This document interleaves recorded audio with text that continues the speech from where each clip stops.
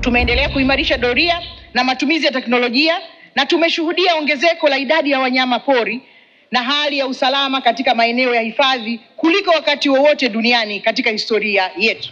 Hatua hii ni kwa mujibu wa tafiti za mashirika ya kimataifa kama IUCN na taasisi yetu ya wanyamapori TAWIRI.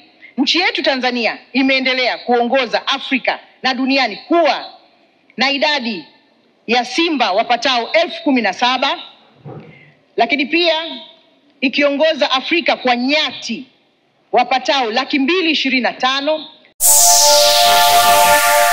Mei 19 mwaka 2025 na hapa ni moja kwa moja kutoka ndani ya jiji la Dodoma, makao makuu ya ardhi ya Tanzania. Macho na masikio ya walio wengi kwa tarehe ya leo yatajielekeza kutoka ndani ya jengo hili. Wasilisho la leo ni wasilisho muhimu sana, hasa ukizingatia mafanikio ambayo tayari tunayaona yamefanikiwa. Maeneo mbalimbali ya hifadhi yanaendelea vizuri sana, si tu ndani ya hifadhi kama national parks na games reserves, lakini hata nje ya hifadhi.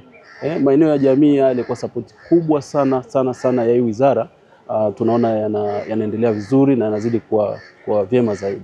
Waziri mwenye dhamana ya maliasili na utalii katika ardhi ya Tanzania, Mheshimiwa Dr. Balozi Pindi Chana atakwenda kuyasoma makadirio ya bajeti ya mapato na matumizi ya Wizara ya Maliasili na Utalii kutoka ndani ya jengo hili. Tumeshinda tuzo ya dunia kuwa eneo linaloongoza duniani kwa utalii wa safari, World Leading Safari Destination 2024.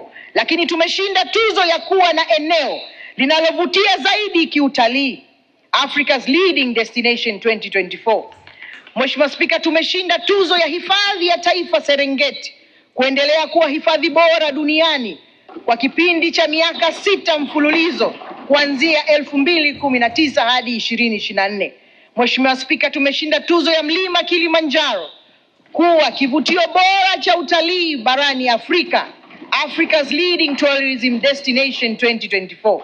Tarajio yetu sisi waongoza watalii, tunaamini kabisa kwamba katika bajeti hii ambayo inasomwa leo sehemu kubwa itatugusa katika miundombinu ya hifadhi zetu za taifa, pamoja na hifadhi ya Ngorongoro Conservation Area, na tunatarajia kabisa kwamba miundombinu ile inaenda kuwa sawa.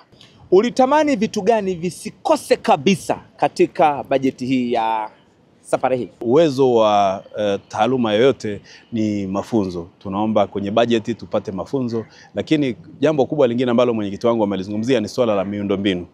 Miundombinu kwa kweli kuna baadhi ya miundombinu haijakaa vizuri, lakini waziri wetu amelizungumzia hilo na tunaomba miundombinu iangaliwe kwa sababu miundombinu ndio utalii. Hii ni Kadoshi TV, always on time.